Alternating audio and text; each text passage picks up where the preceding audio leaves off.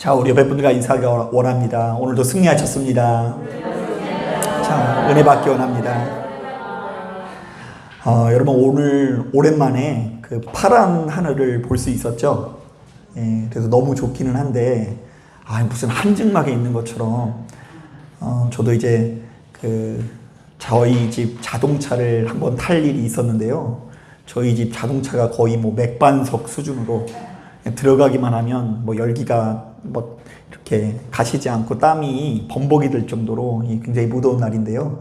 자, 그런 날씨에도 불구하고 이 자리에 나오신 여러분들에게 우리 하나님께서 허락하시는 신령한 은혜가 함께 하시기를 주님의 이름으로 축복합니다. 자, 누가복음 9장을 보면 예수께서 이제 십자가의 사역을 완성하기 위해서 예루살렘에 들어가야 한다는 것을 제자들에게 밝히는 장면이 나옵니다.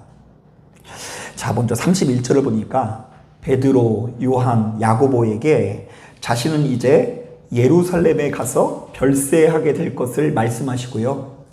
자, 44절을 보니까 인자는 이제 사람들의 손에 넘겨지게 될 거다라고 말씀하시는데요. 자, 이것도 역시 예루살렘 안에서 죽임을 당할 것에 대한 예고라고 할 수 있습니다.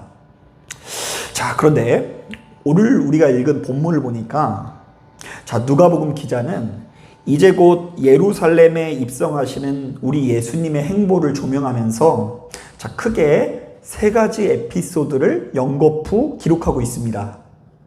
자, 그러니까 지금 예수님께서 어디로 들어가신다고요? 자, 예루살렘에 들어가세요. 자, 예루살렘에 들어가셔서 뭐 하신다고요? 죽임을 당하시고 십자가를 짊어지시게 되는데, 십자가를 짊어지러 예루살렘 도성에 가는 이 예수님의 행보를요, 크게 세 가지 에피소드와 함께 기록하고 있다는 것입니다. 자, 먼저 46절부터 48절을 우리 눈으로 한번 읽어볼까요? 자, 그 말씀을 보면 제자들 가운데 누가 제일 높은 사람인가에 대한 논쟁이 일어나는 장면이 나오죠. 자, 이때 갑자기 주님께서는 어린아이를 일으키시더니 예수 믿는 우리들은 바로 이렇게 어린아이를 영접할 수 있어야 된다라고 이야기합니다. 자, 그러니까 이 말은 무슨 말이냐면 우리들 중에 어린아이와 같이 연약한 사람이라도 그를 대우하고 그를 지켜 세울 수 있어야 된다는 뜻인데요. 자, 그리고는 정말 중요한 말씀을 하시는데 우리 한번 따라해 보겠습니다. 너희 중에 가장 작은 사람이 가장 높은 사람이다. 예, 가장 낮아지는 사람이 결국 어떤 사람이라고요? 가장 높아지는 사람이다라고 말씀하세요. 자, 그런가 하면 그 뒤에 말씀을 보면요, 49절부터 50절을 보면 요한이 우리 주님께 어떤 사람을 고발하는 이야기가 나옵니다. 자, 이 사람은요, 우리 주님의 제자가 아닌데도 불구하고요, 길에 지나다니는 사람이 귀신 들리니까요, 누구의 이름으로 귀신을 내어 쫓아요? 예, 예수의 이름으로 귀신을 내어 쫓으니까 이 요한이 화가 나서 예수님, 제가 우리 제자도 아닌데 귀신을 내어 쫓습니다. 우리가 못하게 할까요? 이렇게 그렇게 이야기를 하는데요. 자, 그러자 주님께서 말씀하십니다. 자, 한번 더 따라하겠습니다. 너희를 반대만 하지 않아도 참 다행이니 귀신을 내어 쫓는 것을 금하지 말라. 예, 이게 두 번째 에피소드예요. 자, 그리고 마지막으로 51절부터 56절을 보면 예수께서 예루살렘에 가신다는 소식을 듣고 사마리아 사람들이 우리 예수님을 배척하는 이야기가 나옵니다. 자, 왜냐하면 이 자리에 나오신 분들은 다 알겠지만 지금 유대인들과 사마리아 사람들의 사이가 좋아요, 나빠요? 예, 나빠요.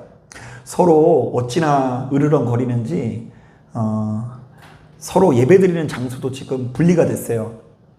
이스라엘 사람들은 예루살렘에서 예배드리고요, 사마리아 사람들은 그리심산이라는 이 산에 성소를 지어놓고 따로 예배를 드리고 있는데요.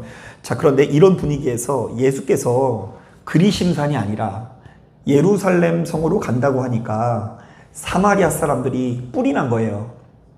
자, 그래서 그 땅을 지나가시는 예수님을 조금도 영접하지 않는데요. 자, 그러자 흥분한 제자들이 주님께 묻습니다. 주님, 저희가 하늘에서 불을 내리게 해서 저 사람들을 태워 죽여도 되겠습니까? 라고 묻습니다. 자, 하지만 주님께서 도리어 이런 제자들을 엄히 꾸짖으시고 묵묵히 예루살렘을 향해서 걸어가시는 장면이 나옵니다.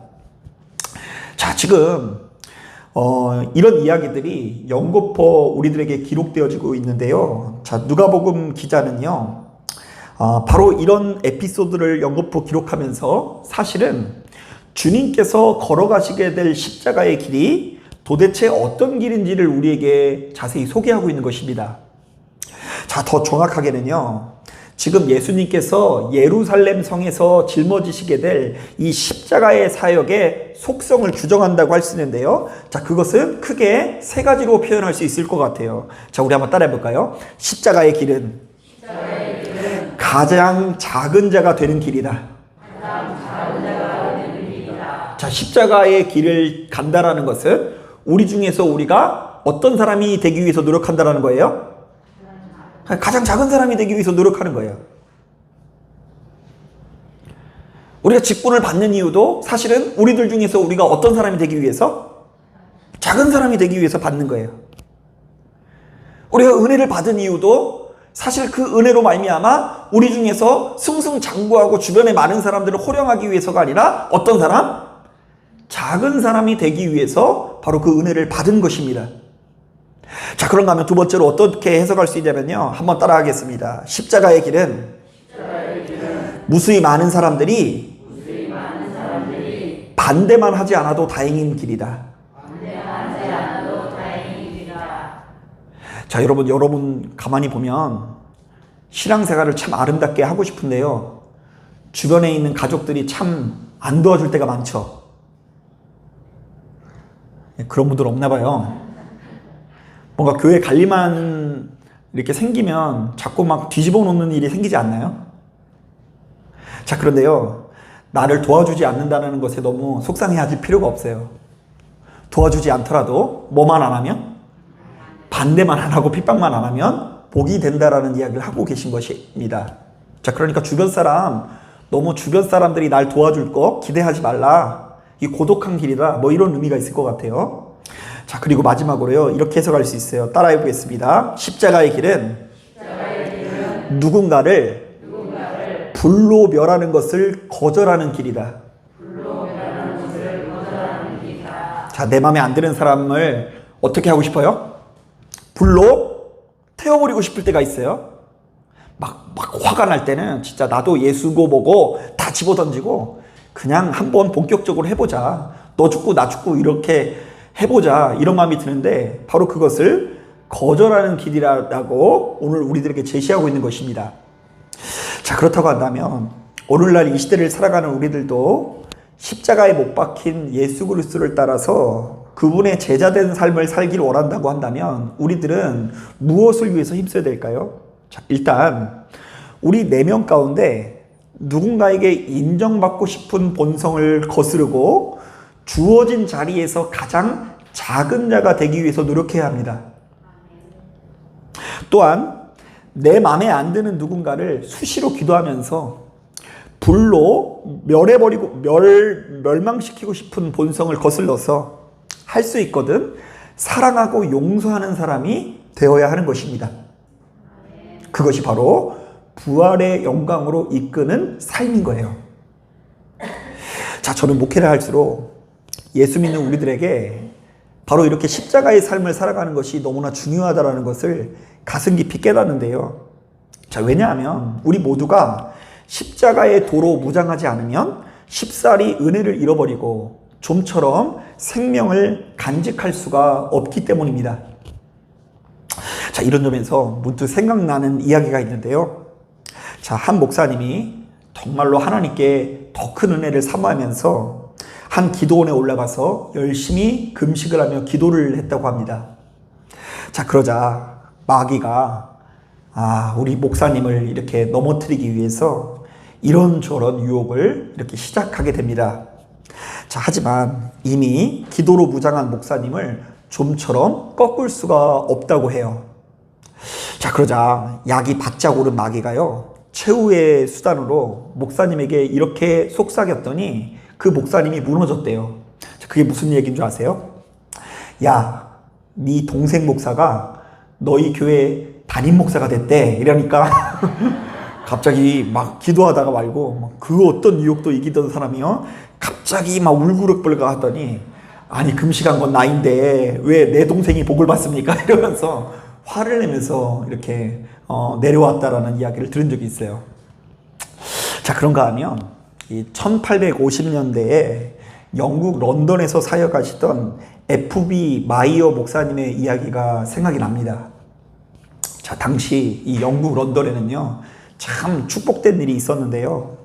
자, 기독교 역사상 가장 위대한 사역자로 알려진 목사님 세 분이 한 도시에서 동시에 목회를 하게 된 것입니다. 자, 한 분은요, 그리스도 교회를 담임하시는 지금 말씀드린 F.B. 마이어 목사님이고요. 자, 또 한 분은 미국에서 사역을 하시다 큰 열매를 맺고 다시금 영국으로 돌아와 웨스트민스터 교회를 담임하게 된 캠벨 몰간 목사님입니다. 그리고 또 한 분은요, 기독교 역사상 설교를 가장 잘하는 분으로 알려져 있는 스펄전 목사님이 한 도시에서 목회를 하게 됩니다. 자, 그런데 하루는요, 이 마이어 목사님께서 이런 고백을 했습니다. 다른 두 분 목사님이 다른 도시에서 사역을 했을 때는 그분을 위해서 열심히 기도했었는데, 막상 같은 도시에서 사역을 하다 보니까 그분들을 위한 기도가 나와요, 안 나와요? 안 나왔대요. 왜냐하면 그분들이 너무 열심히 그분들을 위해서 열심히 기도하면 성도들이 다 우리 교회로 안 가고 어디로 가요? 그리로 갈 것 같으니까 자신의 담임하는 교회가 쪼그라들까봐 그들을 위해서 기도하지 않고 치사하게 자기만을 위해서 기도를 하고 있었대요. 자, 그런데 아무리 이 기도를 하면 할수록 이런 자신이 너무 싫고 밉게 느껴져가지고, 하나님, 저는 목사도 아닙니다.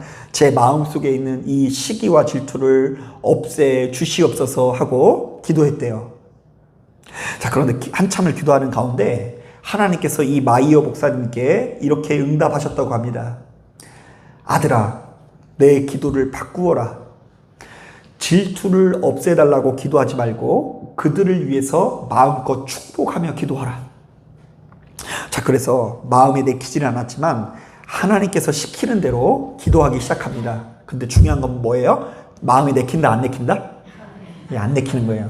사랑해야 되는 건 아는데 싫지만 그래도 하나님께서 명령하니까 어쩔 수 없이, 하나님, 스펄전 목사님의 교회를 축복해 주시고 캠벨 몰간 목사님 교회를 축복해 주시옵소서.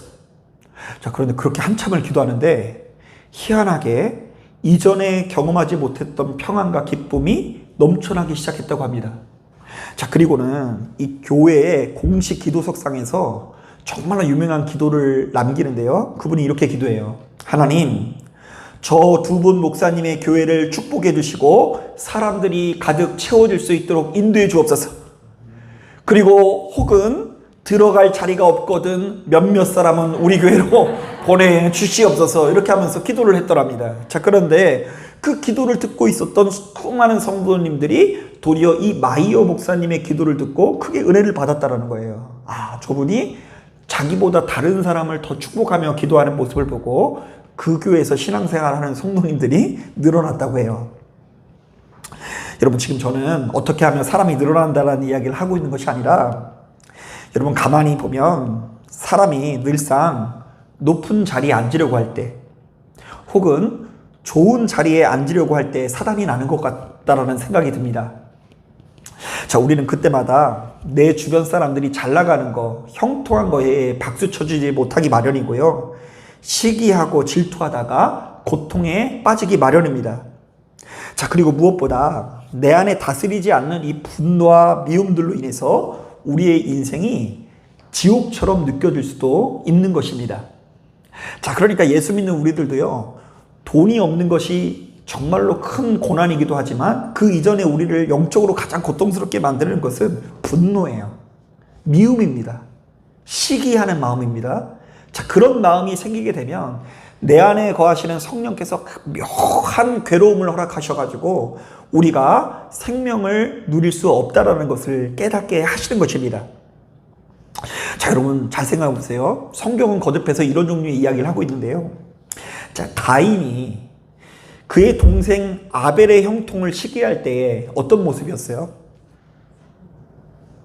자, 여종 하갈이요. 자기가 먼저 자녀를 출산했다라는 이유로 아브라함 아내 이 사라를 엄청나게 학대하지 않습니까? 멸시합니다. 자, 그랬더니 그 하갈이라는 여종이 어떤 상태에 놓이게 되죠? 자, 또한 요셉의 형들이 자신의 동생 요셉을 시기할 때에 그들이 어떤 행동을 저지르게 됩니까? 자, 또한 여러분 사울왕의 길을 지나가는데 동네 꼬마들이 노래하는 거예요. 사울이 죽이는 것은 천천히요, 다윗이 죽은 자는 만만히로다. 아니, 이런 이야기를 들으면 아이고 역시 내가 사위를 잘 들였구먼 이러면 되잖아요. 자, 그런데 갑자기 막 시기하는 마음이 들어서 그 시기하는 마음을 원수마귀가 공격해서 이 사울왕이 완전히 생명을 잃고 넘어지게 됩니다. 자, 하나같이 그들의 인생은 큰 수렁에 빠지고 마치 지옥가 가는 삶을 살아가는 것을 우리들에게 제시하고 있어요. 자, 그래서 우리 주님께서는요, 성경에 바로 이 같은 흐름 가운데 바로 이러한 죄성을 가진 우리들에게 친히 십자가의 길을 걸어가시면서 말씀하십니다. 십자가의 길은 스스로 가장 작은 자가 되는 것을 자처하는 길이다. 너희 중에 가장 작은 사람이 가장 높은 사람이 될 것이다. 십자가의 길은 누군가를 우리의 성질을 이용해서 힘과 권력을 이용해서 불로 멸해버리는 것을 거절하는 길이다. 이전에 네가 예수를 믿기 전에는 너의 성질대로 살았고 다른 사람들을 정말로 짓밟기 위해서 모든 수단과 방법을 가시지 않는 사람이었으나 이제는 너희가 사랑하고 용서하는 것을 위해서 최선을 다할 수 있어야 된다라고 말씀하시는 것입니다. 자, 사랑하는 여러분, 이 자리에 참석한 저와 여러분들의 삶이 예수 십자가의 삶이 되어지기를 주님의 이름으로 축복합니다. 또한 이 자리에 참석한 저와 여러분들의 기도가 예수 십자가의 기도가 되기를 주님의 이름으로 축복합니다. 왜냐하면 바로 이것이야말로 우리 모두가 영원한 생명을 누릴 수 있는 비결 중에 비결이기 때문입니다. 자, 그래서 여러분, 우리가 겉으로 볼 때 너무나 신실한 성도의 모습이고 정말 세상 화려하게 기도하는 사람 같을지라도 십자가의 도를 갖추지 않으면 소용이 없습니다. 우리의 삶은 조금 더 나아지지 않습니다. 자, 매번 내가 기도를 하는 것 같을지라도 하나님의 힘과 권세를 가지고 누군가를 이기려고 하고 꺾으려고 하고 누군가의 콧대를 납작하게 만들어서 불로 태워버릴 생각만 하면요, 그런 종류의 사람들은 결단코 주님께서 기뻐하는 사람이 아니라는 것입니다. 제가 과거에 실제로 그런 이야기를 들은 적이 있는데요. 한 집사님이 너무 기분 좋게 저에게 와서 말씀을 하시는 거예요. 아, 목사님, 드디어 하나님께서 저에게 응답을 해주셨습니다. 저희 모임 중에 제 마음에 안 드는 누군가가 있었는데 이 사람이 정말로 멀쩡하게 살아가다가 갑자기 교통사고를 당해가지고 병원에 입원하게 됐습니다. 이렇게 이야기하면서 하나님께서 자신의 기도에 응답하셨다는 거예요. 여러분, 그런 일이 벌어지면 참 행복할 것 같죠? 자, 그런데 여러분요, 우리가 예수를 믿으면서도 그렇게 살면요, 거울에 비친 나의 모습이 사실은 가인의 모습일 수 있는 거고요, 요셉의 형들과 같은 모습일 수 있는 거고요, 사울 왕과 같은 모습일 수도 있는 거예요. 여러분, 사울 왕도 하나님을 믿는 사람이었습니다. 심지어 그가요, 왕이라는 신분인데도 불구하고 예언자처럼 예언하는 장면도 나와요. 막 예언의 은사가 있어서요, 이 사울이 왕인데 어떻게 저렇게 예언자처럼 예언을 할 수 있냐면서 주변에 많은 사람들이 감탄할 정도였어요. 자, 그런데 우리 하나님의 도를 따르지 않음으로 말미암아, 우리 예수 십자가의 도가 무엇인지를 알지 못함으로 말미암아 금세 생명을 잃어버린 것입니다. 자, 그래서 사도 바울은요, 오늘날 이 시대를 살아가는 우리들에게 바로 이런 종류의 권면을 정말 많이 하고 있는데요. 자, 제일 많이 알려진 말씀이 뭐 이거 아닙니까? 빌립보서 2장을 보면 이런 말씀이 있어요. 너희 안에 이 마음을 품으라. 곧 그리스도 예수의 마음이니 그는 근본 하나님의 본체시나 하나님과 동등됨을 취할 것으로 여기지 아니하시고 오히려 자기를 비어 무슨 형체를 가지고요? 종의 형체를 가지사 사람들과 같이 되셨고 사람의 모양으로 나타나사 자기를 낮추시고 죽기까지 복종하셨으니 곧 십자가에 죽으심이라. 예수께서 십자가에서 죽으셨대요. 자, 그런데 그 뒤에 나와 있는 말씀이 사실은 더 중요해요. 그 뒤에 많은 사람들이 주목하지 않는 말씀 중에 이런 말씀이 있어요. 우리 한번 따라해 볼게요. 나의 사랑하는 자들아, 너희가 나 있을 때뿐만이 아니라 나 없을 때에도 항상 복종하여 두렵고 떨림으로 너희 구원을 이루라. 무엇을 두려워하고 무엇을 떨리는 마음을 가지고 구원을 이루래요? 십자가의 도를 내가 따르지 못할 것을 두려워하라는 거예요. 여러분, 가만히 보면 오늘 이 자리에 참석한 여러분들이요, 목사님 말씀 듣고 은혜 받는 거 제일 쉬운 일이에요. 찬양 뜨겁게 하면서 박수 크게 치다가 눈물 흘리는 거예요. 그거 어떤 면에서는요, 가장 쉬운 은혜일 수 있어요. 자, 그런데 정말로 우리가 두렵고 떨리는 마음으로 경계하지 않으면요, 지금 목사님이 전하는 이 말씀에 크게 은혜를 받고도, 찬양 가운데 크게 은혜를 받고도 돌아서면 원수 마귀와 같은 행동을 할 수도 있는 것입니다. 자, 그래서 갈라디아서 2장을 보니까 바울이 자신은 이렇게 살아간다고 이야기합니다. 내가 그리스도와 함께 십자가에 못 박혔나니 그런즉 이제는 내가 사는 것이 아니요 오직 내 안에 그리스도께서 사시는 것이라. 이제 내가 육체 가운데 사는 것은 나를 사랑하사 나를 위하여 자기 자신을 버리신 하나님의 아들을 믿는 믿음 안에서 사는 것이라. 자, 이제는 자신의 성질대로 살아가지 않고 내 자아의 목소리대로 따라가지는 것이 아니라 내 안에 거하시는 누구의 목소리에 귀 기울여서 성령님의 목소리에 귀 기울여서 십자가의 삶을 살아가기 위해서 노력한다라고 이야기합니다. 사랑하는 여러분, 바로 이것을 깨닫고요, 시간이 흐를수록 나는 죽어지고 내 안에 예수로 사시고 그리스도 예수의 마음, 종의 형체를 가지시는 저와 여러분들이 되시기를 주님의 이름으로 축복합니다. 아멘. 자, 기도하겠습니다.